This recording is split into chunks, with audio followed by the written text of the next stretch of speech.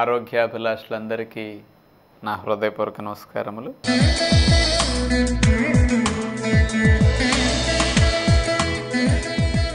ఈరోజు మనం షుగర్ ఉన్న వారికి బెస్ట్ బ్రేక్ఫాస్ట్ ఏమిటో తెలుసుకోబోతున్నాం. చాలామంది షుగర్ ఉన్న వారికి ఓట్స్ బ్రేక్ఫాస్ట్ మంచిదనో, లేకపోతే రాగి జావ మంచిదనో, కాస్త ఇడ్లీ మంచిదనో ఇలాంటివి చెప్తూ ఉంటారు.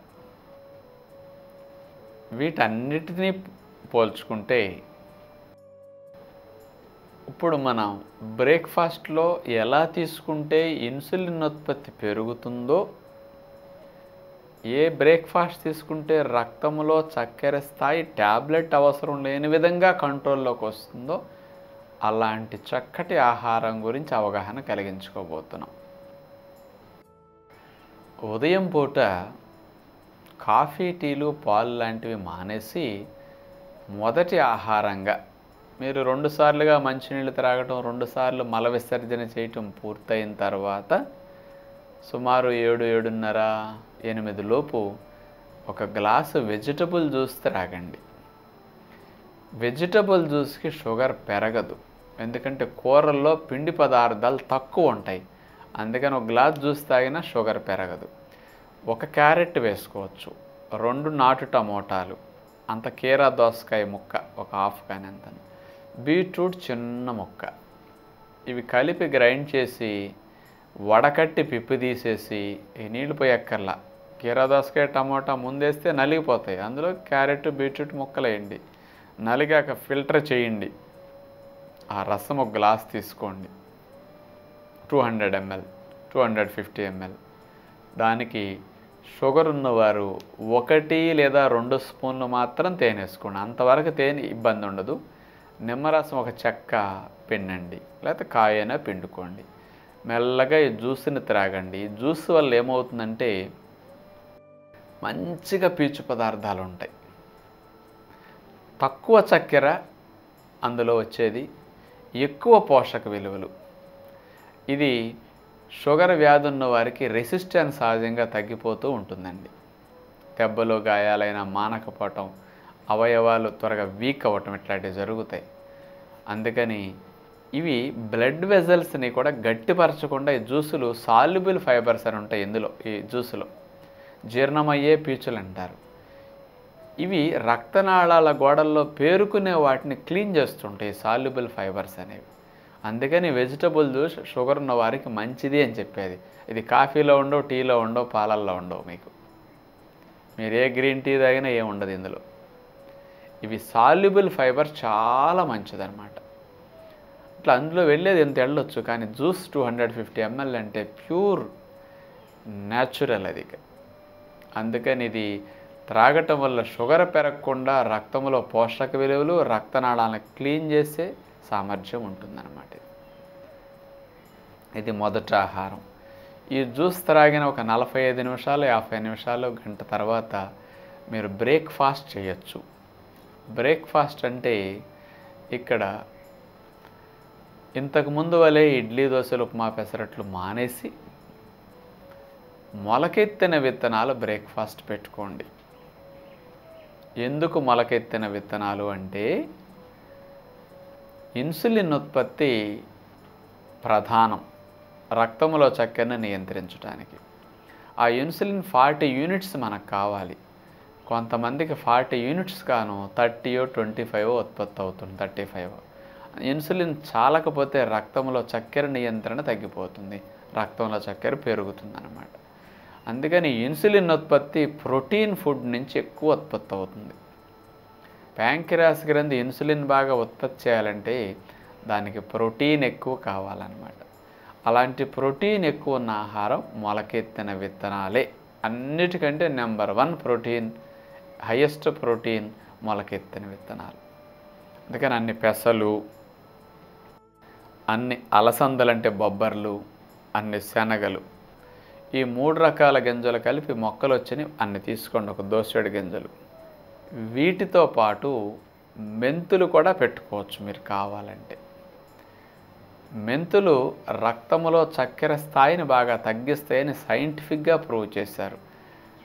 ఒక మెట్ఫార్మిన్ ట్యాబ్లెట్ వేసుకుంటే రక్తంలో చక్కెర ఎంత తగ్గుతున్నదో, ఒక 5 గ్రాముల మెంతిపిండి వేసుకుంటే ఒక మెట్ఫార్మిన్ ట్యాబ్లెట్ లాగా చక్కెర స్థాయిని తగ్గిస్తున్నది అని హైదరాబాదులో నిమ్స్లో పనిచేసిన డాక్టర్ పివి రావు గారు వాళ్ళ బృందం కలిసి, ఆయన head of the department diabetologist, endocrinologist, వారు స్టడీ చేశారనమాట.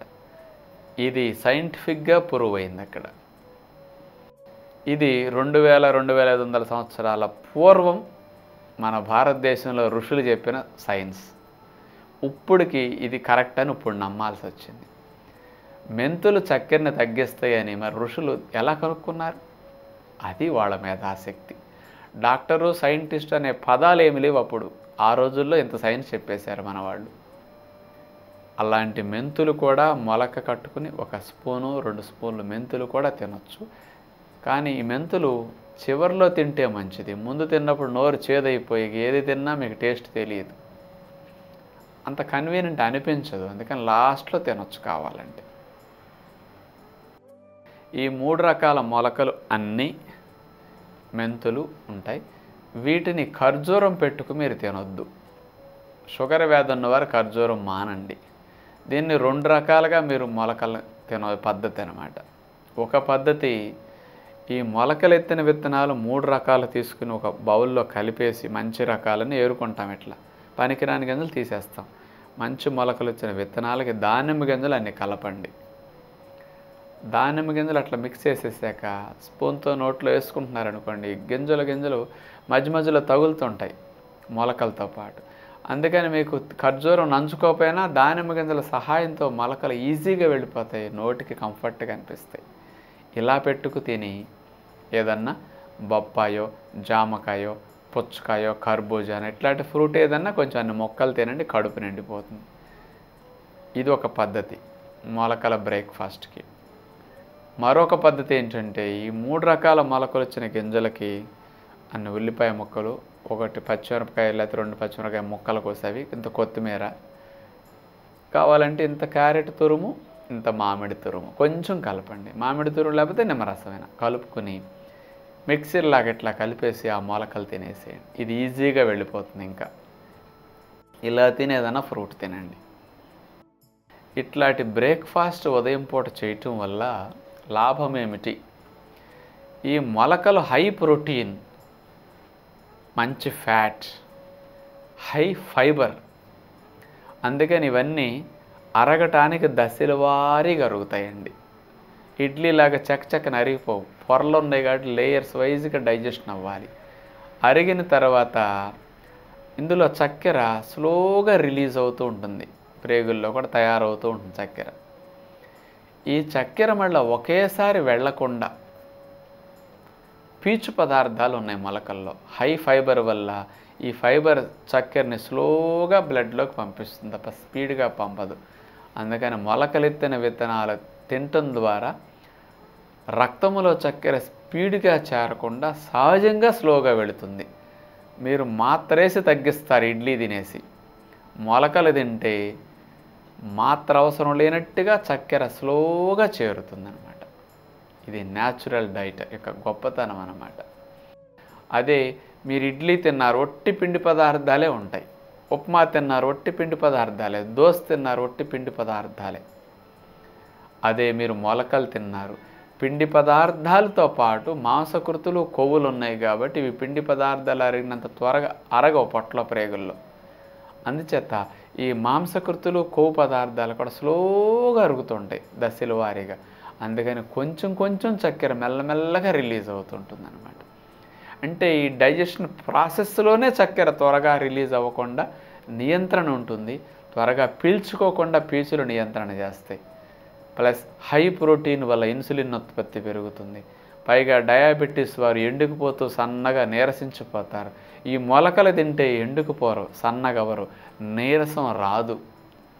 ఎన్ని గంటల పని చేసినా మీరు వేలాడిపోకుండా యాక్టివ్గా ఉండే మంచి బలాన్ని ఇస్తాయి. అందుకని ఇలాంటి బెస్ట్ బ్రేక్ఫాస్ట్ డయాబెటీస్ వారికి మరొకటి ఏమీ లేదని చెప్పచ్చు.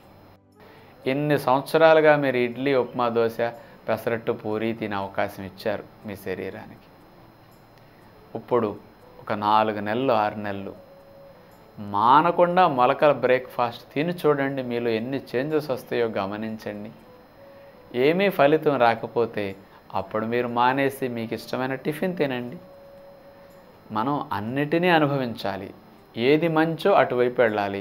ఏదైనా చెడ్డ అనుభవాన్ని ఇచ్చిందనుకోండి, దాన్ని వదిలేయాలి.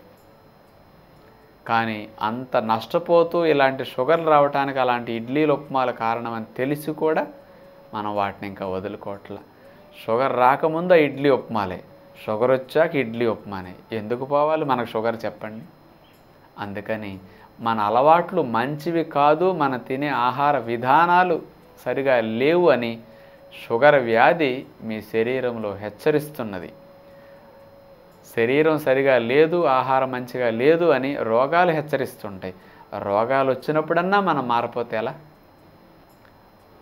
అంచేత ఇట్లాంటి చిన్న చిన్న మార్పులు ఆహారాల్లో చేసుకుంటే మందుల అవసరం చాలా వరకు తగ్గిపోతుందని, మీకు వ్యాధుల వల్ల వచ్చే సైడ్ ఎఫెక్ట్ చాలా వరకు తగ్గిపోతాయని మీ అందరికీ విజ్ఞప్తి చేస్తూ, షుగర్ వ్యాధి లేని వారు కూడా ఇలాంటి మంచి బ్రేక్ఫాస్ట్ చేస్తే భవిష్యత్తులో షుగర్ రాకుండా మీ ప్యాంక్రియాస్ గ్రంథి బాగా పనిచేసి ఇన్సులిన్ ఉత్పత్తి పెంచడానికి దోహదం చేయగలదని విజ్ఞప్తి చేస్తూ తదుపరి కార్యక్రమంలో మళ్ళా కలుద్దాం. అందరికీ సెలవు. నమస్కారం.